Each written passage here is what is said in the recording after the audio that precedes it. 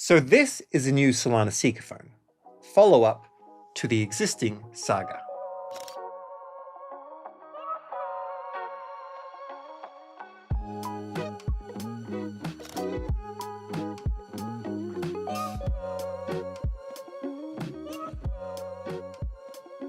So this one, the original Saga, this was remembered less for its hardware and more for the fact that it gave us a $30 million bonk airdrop worth around $1,800 at the top. So naturally, the question with the new Seeker is the same. Is this just another airdrop machine or a phone you'd actually want to use every day? It costs $500, but here's the kicker. The airdrops bundled with it were worth over $700 if you sold right away, and around $150 if you held. This is not the kind of ROI you would normally see from a normal phone. So let's take a look at what's inside the box. The phone ships in minimalist packaging. Inside you get the device itself, a USB-C cable, a SIM tool, and seed phrase cards. A reminder that this just isn't a regular phone, it's a crypto first phone. Physically, it's a 6.36-inch AMOLED display at 120 Hz. It runs on a MediaTek 7300 chip with 8 gigs of RAM and 128 gigs of storage. The battery is 4,500 mAh thanks to the variable refresh rate display, which can ramp down when you're not scrolling. It saves power better than most phones at this price. In practice, you can push well over a full day of use, and lighter users can stretch it further. The battery also supports rapid charging. It's got a matte finish, it's lighter than the Saga, which is great, nice tactile buttons, and a fingerprint sensor built into the power button. And something I really do like, dual SIM support. 1 nano SIM and 1 eSIM, perfect for travel or separating work and personal lines. Honestly, this looks and feels great in the hand, but it is precious and you may want to give it some needed protection. You have two options here. Opt for the $25 accessory bundle or get a much nicer looking case from Solid. Now let's flip it over and have a look at the cameras. On the back, you get a 108 megapixel main sensor, a 50 megapixel telephoto, and a 13 megapixel ultra wide. The front camera is 32 megapixels. And honestly, they're fine. In good light, it will take detailed shots. In low light, or when you start pushing past 3x zoom, it gets grainy very fast. The selfie cam is usable, but it's not competing with iPhones or Pixels. Also, this does not support 4K video. But here's the thing, this phone isn't really about photography. Its biggest pitch is the crypto features you won't find anywhere else. Out of the box, it runs Android, so you still get the Google Play Store, and you get all the normal apps, but you also get 3 exclusives. You get the Seed Vault. This is the Seeker's native wallet, powered by Solflare. Solana Mobile positions it as the most secure and seamless way to transact in Web3. Your seed phrase never touches Android. Instead, it lives inside a dedicated security environment that the operating system itself can't access. No apps, no screenshots, nothing. When you need to sign a transaction, Seed Vault handles it in that secure layer, and all you have to do is confirm it with your fingerprint. It combines the safety of a hardware wallet, almost, with the convenience of a software wallet, which makes daily use feel natural while keeping your assets more protected than a normal hot wallet. And since it's integrated at the system level, you can do everything from real-time portfolio tracking to NFT management, build and swaps, or even native Sol staking. And if you do stake your Solana, consider, of course, staking it with Validator.com, helping you earn rewards while strengthening the network. On top of that, you have a dApp store, Solana's own Web3 app store with categories like DeFi, NFTs, DePIN, AI, and gaming. When apps integrate with Seed Vault, the experience feels more seamless.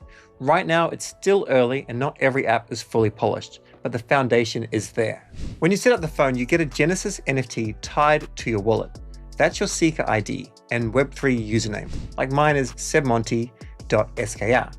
And yes, it may qualify you for future airdrops. The NFT is soulbound, meaning it cannot leave that wallet. You cannot send it anywhere else. And speaking of airdrops, that's where this phone stands out from anything else in the Android world. During the recently held Solana Live, Emmett from the Solana Mobile team dropped some big alpha. September is going to be the Seeker season with new dApps and airdrops coming for users every week. So the rewards pitch is real. But how does it hold up if you just want to use this as your everyday phone? As a regular phone, it's fine. Performance is mid-range.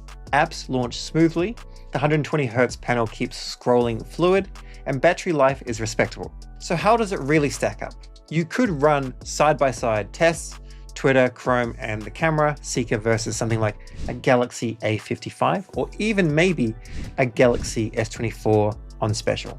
However, I'm just going to do a couple of tests that are just synthetic benchmarks so you can see how it actually looks. This one right here, this is the Seeker. This is a Samsung S24, so a little bit better than the A55.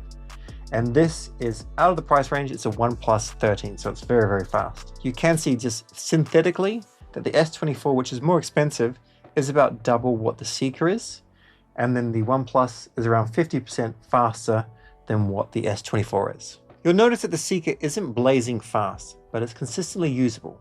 But there's a reason this phone isn't just about speed. It's about crypto, signing transactions with the fingerprint, checking DeFi positions, entering into and out of trades, sending tokens, all without a ledger or switching apps. This is where the Seeker really stands out. Now, by the way, I am not saying by any means that you should not have a ledger. I'm just saying that the evidence is that this is better than a hot wallet, especially on your mobile phone. And the thing is, it's even more about the ecosystem being built around it. Every Seeker registers a .skr username on-chain. Already over 20,000 Seeker IDs have been activated, and you can track them live on seekertracker.com. On top of that, the Seeker has its own token, SKR. This is designed to fuel the ecosystem.